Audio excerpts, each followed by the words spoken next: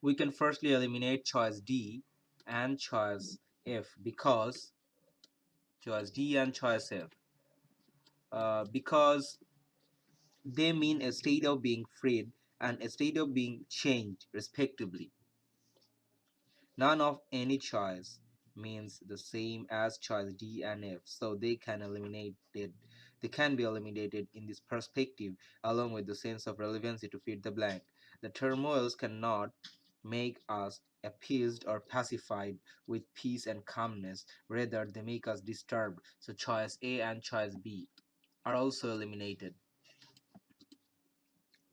And we can predict that the blank is to be filled with choices having a negative meaning.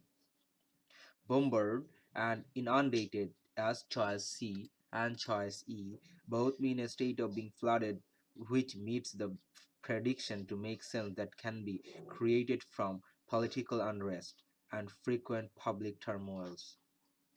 So the correct answers are choice C and choice E.